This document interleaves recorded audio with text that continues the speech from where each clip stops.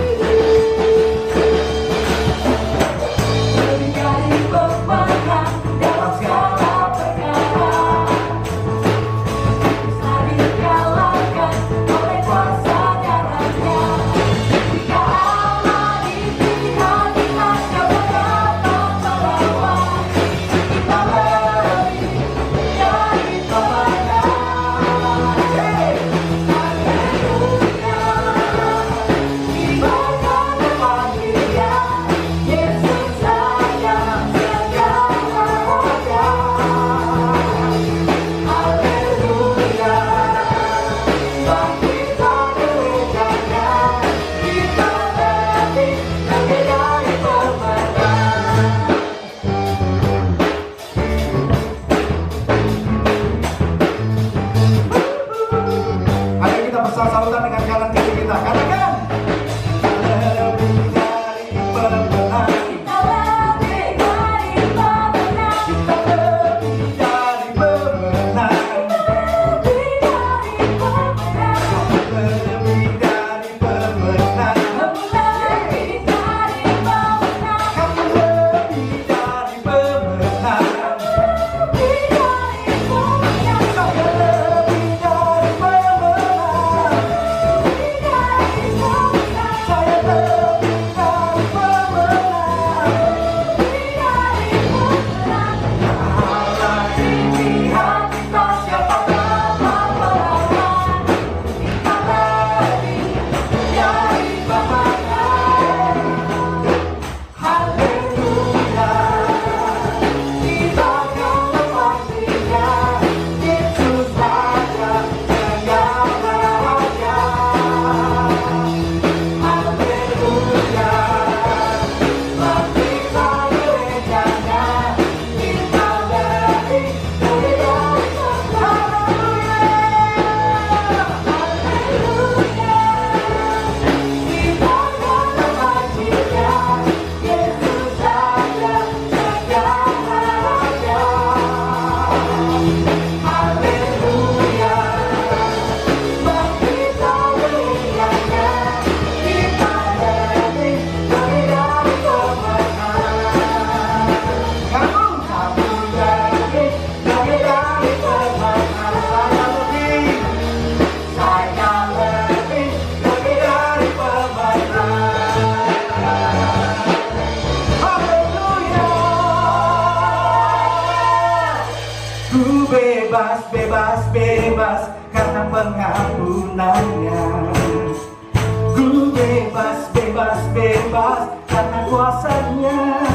Oh, oh, oh, oh, tenang, bebas, bebas.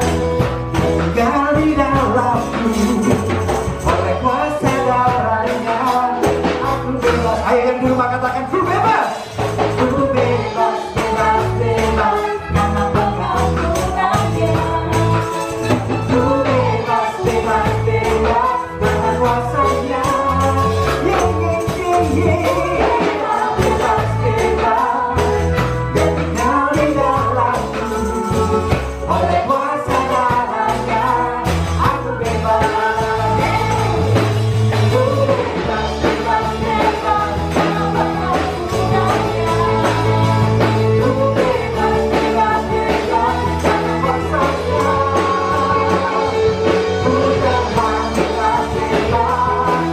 Tinggal di dalamku oleh kuasa darahnya. Aku bebas. Oleh kuasa darah Yesus kita bebas. Oleh kuasa darahnya aku bebas. Oleh kuasa darahnya aku bebas. Di depan paling dasar saudara kita Yesus Kristus. Haleluya.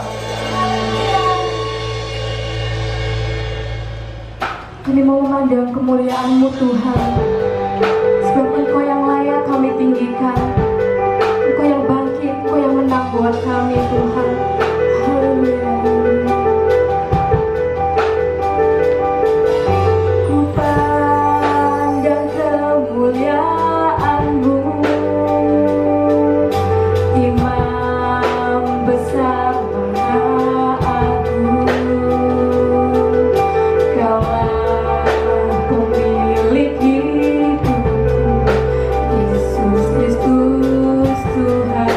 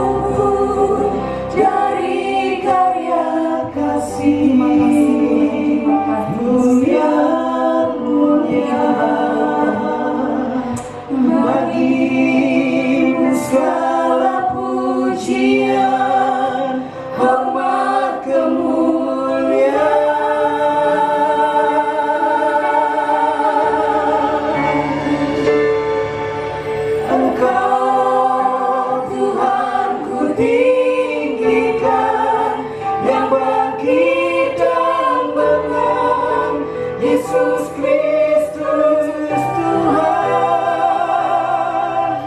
Raja mulia dan nur, berkorban bagiku.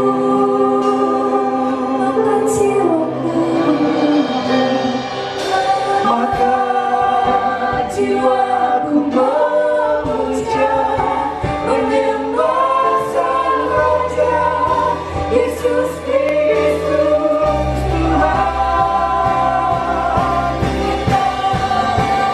Sempurna kuasa-Mu, anugerah karya-Mu, mengasihiku. Maka jiwaku memuja, menyembah Sang Raja, Yesus Kristus Tuhan.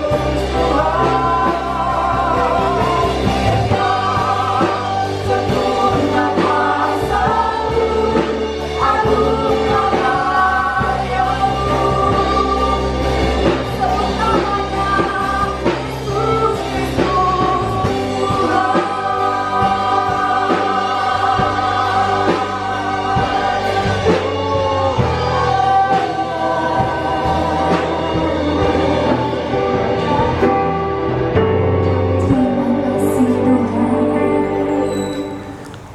Atas anugerah-Mu kami ada sampai saat ini.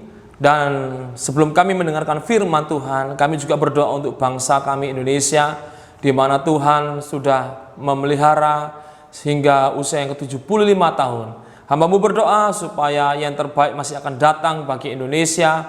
Berdoa untuk tanah, air, udara Indonesia, biarlah semuanya boleh ada dalam perlindungan dan penjagaan Tuhan.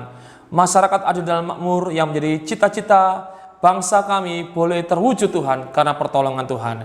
Dan kami siapkan hati kami untuk mendengarkan firman Tuhan pada pagi hari ini di dalam nama Tuhan Yesus Kristus. Amin. Puji Tuhan, Bapak Ibu yang dikasihi Tuhan. Kita melanjutkan firman Tuhan pada pagi hari ini tentang di dalam hadirat Tuhan. Minggu lalu kita belajar dari kehidupan Raja Uzia, di mana keberhasilan yang dicapai oleh Raja Uzia itu adalah karena Tuhan. Selama ia mencari Tuhan, selama ia takut akan Tuhan, dikatakan Tuhan selalu membuatnya berhasil. Masih dilatar belakangi oleh kisah Raja Uzia.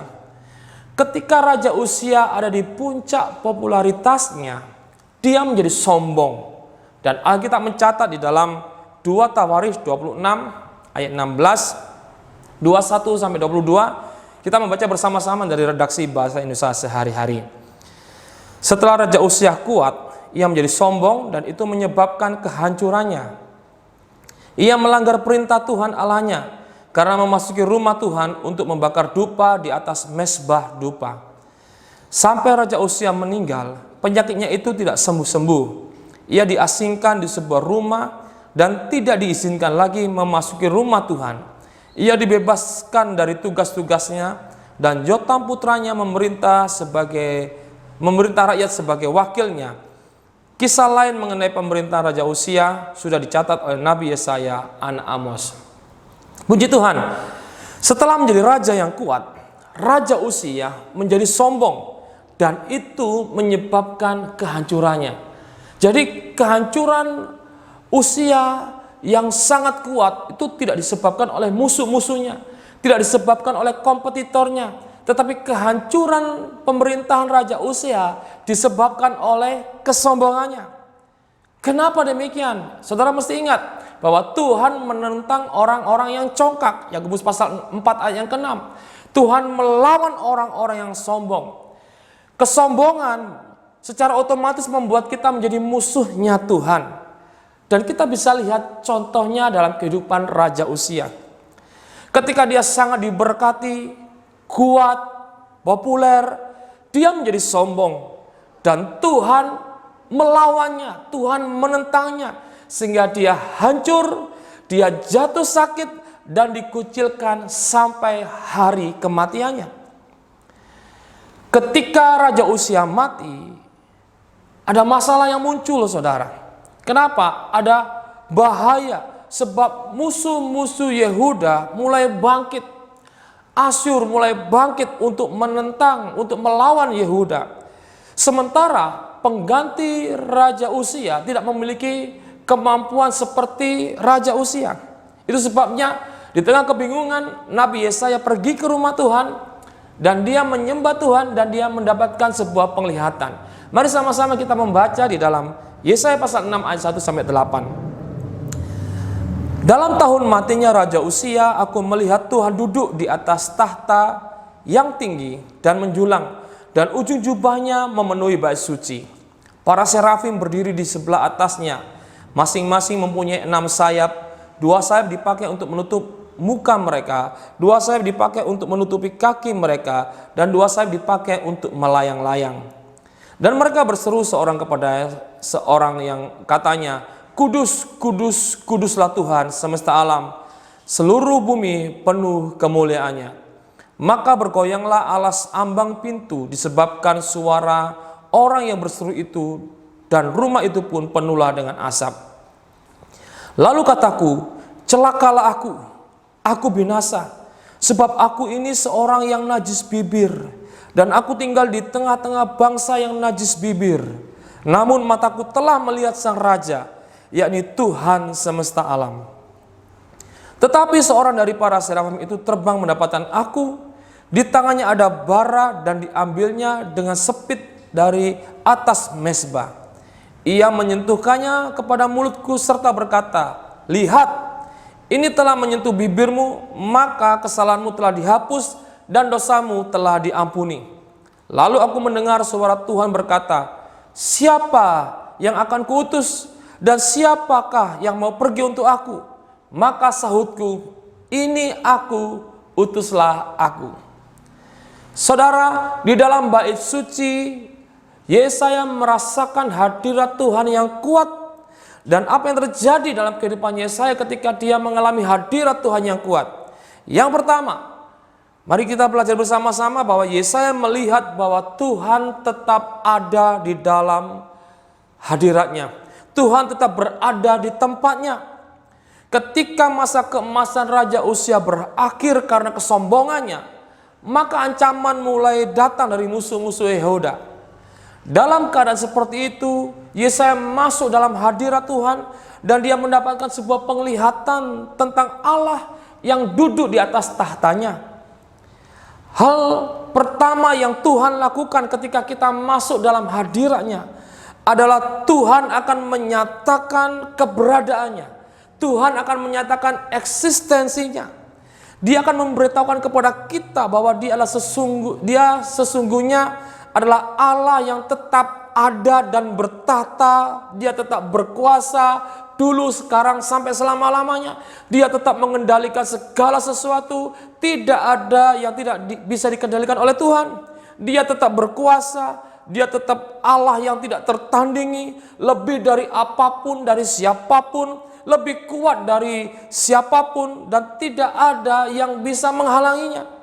Dan Allah yang seperti itulah yang akan menolong kita, yang mengasihi kita dan menjadi Bapa kita. Mereka yang masuk ke dalam hadirat Tuhan ketika mengalami ketakutan, ketika mengalami kegelisahan, tekanan, mereka akan mendapatkan pertolongan dari Tuhan. Ingat, Tuhan Maha Hadir. Tetapi hadirat Tuhan itu dinyatakan kepada mereka yang bersungguh hati mencari Dia. Mazmur 434 ayat 5 dan 6. Aku telah mencari Tuhan, lalu Ia menjawab aku dan melepaskan aku dari segala kegentaranku. Tujukanlah pandanganmu kepadanya, maka mukamu akan berseri-seri dan tidak akan malu tersipu-sipu. Bapak, Ibu, Saudara yang dikasihi Tuhan, ketika kita memandang Tuhan, ketika mata kita tertuju kepada Tuhan, ketika kita mencari Tuhan, yang terjadi adalah jawaban doa kita ada. Yang kedua, ada kelepasan dari rasa takut, kelepasan dari rasa khawatir. Kemudian dikatakan oleh firman Tuhan, muka kita akan berseri-seri. Hal ini menunjukkan bahwa kita memiliki harapan. karena kita memiliki penolong yang berkuasa untuk menolong kita. Dikatakan juga kita tidak akan malu tersipu-sipu. Hal ini menunjukkan bahwa kita akan tampil sebagai pemenang dalam pergumulan yang sedang kita hadapi, karena Allah ada di pihak kita. Jika Allah di pihak kita, siapa yang jadi lawan kita? Oleh sebab itu, saudara yang dikasihi Tuhan, mari kita arahkan pandangan kita kepada Tuhan. Tujukanlah pandangan saudara kepada Tuhan.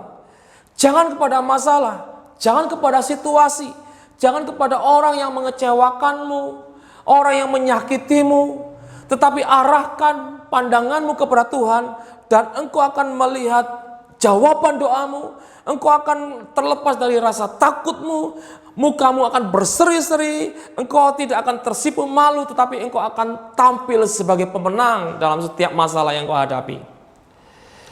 Dalam hadirat Tuhan, kita melihat Tuhan tetap berkuasa, kita melihat Tuhan tetap ada di tahtanya. Yang kedua, di dalam hadirat Tuhan, Yesaya menyadari tentang kesalahannya dan memperoleh kasih karunia. Yesaya 6 ayat 5 sampai 7 dikatakan demikian. Lalu aku berkata, celakalah aku, pastilah aku dibinasakan karena aku orang berdosa, mulutku najis, aku termasuk bangsa yang najis mulutnya. Dan sekarang aku telah memandang Sang Raja Tuhan semesta alam. Tetapi seorang daripada serafim itu terbang mendapatkan aku, di tangannya ada bara yang diambilnya dengan sepit dari atas mezbah.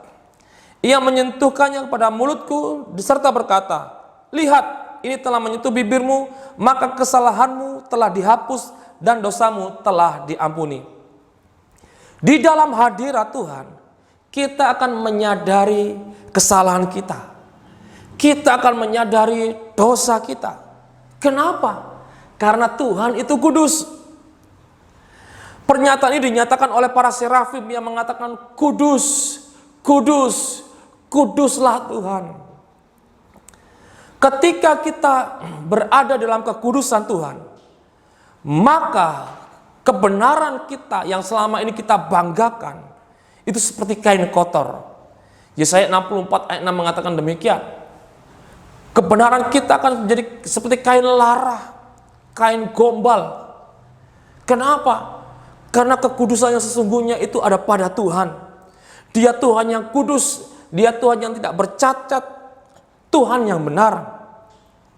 Saat kita menyadari dosa-dosa kita, kesalahan-kesalahan kita, kemudian diikuti dengan pengakuan bahwa kita bersalah dan Tuhan yang benar, maka akan ada pengampunan, ada keselamatan, ada kasih karunia, ada anugerah yang turun atas kehidupan kita yang berasal dari Tuhan.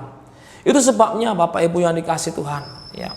Di dalam hadirat Tuhan ada pertobatan. Di dalam hadirat Tuhan kita melihat kemuliaannya akan mengalahkan keangkuhan kita. Kemuliaannya akan mengalahkan pembenaran kita, dan kita akan sujud di dalam hadirat Tuhan. Yang ketiga, Yesaya menerima panggilannya. Selain melihat Tuhan tetap bertahta di dalam hadiratnya, selain menyadari dosa-dosanya, maka Yesaya juga menemukan panggilan hidupnya. Dalam Yesaya pasal 6 ayat ke-8 dikatakan demikian. Lalu aku mendengar suara Tuhan berkata, siapakah yang akan kuutus dan siapakah yang mau pergi untuk aku? Maka sahutku, ini aku, utuslah aku. Panggilan hidup kita adalah tugas dari Tuhan yang khusus bagi kita untuk dikerjakan selama kita hidup dalam dunia ini. Dengan menggunakan karunia, menggunakan talenta, menggunakan kemampuan yang Tuhan sudah berikan kepada kita sejak kita lahir. Masing-masing kita mempunyai panggilan yang berbeda-beda. Menemukan panggilan hidup ini sangat penting, saudara, supaya kita bisa menggenapi tujuan Tuhan dalam kehidupan kita. Efesus pasal 2 ayat ke-10 firman Tuhan berkata demikian. Karena kita ini buatan Allah, diciptakan dalam Kristus Yesus untuk melakukan pekerjaan baik yang dipersiapkan Allah sebelumnya. Ia mau supaya kita hidup di dalamnya. Menggenapi panggilan Tuhan dalam hidup adalah pencapaian terbaik yang bisa kita lakukan dalam hidup ini. Hal ini juga yang Yesus lakukan, yang Yesus alami, yang Yesus kerjakan. Di atas kayu salib, Yesus berkata, sudah selesai. Yesus tahu panggilan hidupnya. Yesus tahu tugasnya selama ada dalam dunia ini. Dan dia menyelesaikan tugasnya dengan baik. Mari kita mengetahui panggilan hidup kita. Mari kita mengenali panggilan hidup kita dan kita tinggal di dalamnya sehingga kita bisa menyelesaikannya. Sehingga pada waktu kita menghadap tahta pengadilan Kristus, kita akan mendengar suara, sabaslah engkau, hai hambaku yang baik dan setia. Saudara yang dikasihi Tuhan, minggu ini kita belajar apa yang terjadi di dalam hadirat Tuhan. Di dalam hadirat Tuhan, kita akan melihat bahwa Tuhan tetap ada di tahtanya.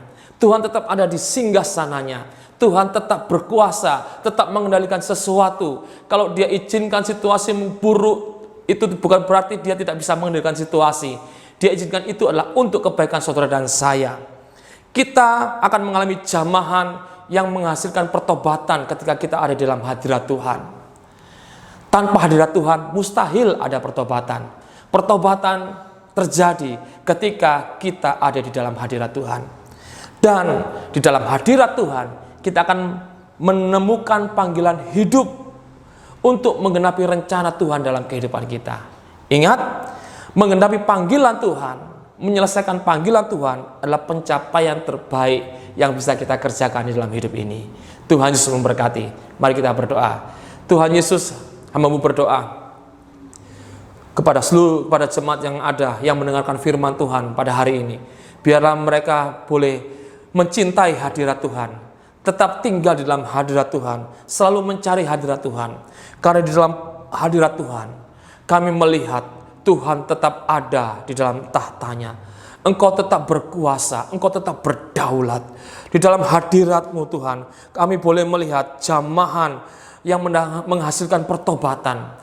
Kami rindukan Tuhan Yesus, setiap jemaat Tuhan yang pada hari ini boleh mendengar firman Tuhan, mereka boleh mengalami perubahan kehidupan, mengalami pertobatan, mengalami hancur hati, dan Tuhan boleh memulihkan kehidupan mereka. Tuhan memberkati kehidupan mereka sehingga anugerah Tuhan turun atas mereka. Hamba-Mu berdoa supaya di dalam hadirat-Mu kami boleh menemukan panggilan hidup kami. Kami boleh menyelesaikan panggilan hidup kami dan kami boleh menggenapinya. Terima kasih Tuhan Yesus, Engkau menolong anak-anak-Mu, memberkati anak-anak-Mu. Saudara yang dikasihi Tuhan, terimalah berkat yang dari Tuhan. Di dalam nama yang berkuasa, yaitu Tuhan Yesus Kristus, memberkati engkau, menyertai engkau sekarang sampai selama-lamanya. Semua yang percaya dan diberkati berkata, amin.